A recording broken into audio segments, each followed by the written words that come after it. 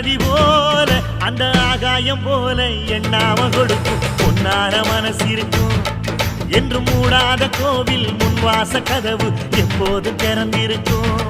அந்த வெட்டருவாம் மீசைக்கு தான் எட்டூரும் பணிஞ்சிருக்கும் அவர் தொட்டு தந்த நெல்லுமணி முப்போக விளைஞ்சிருக்கும்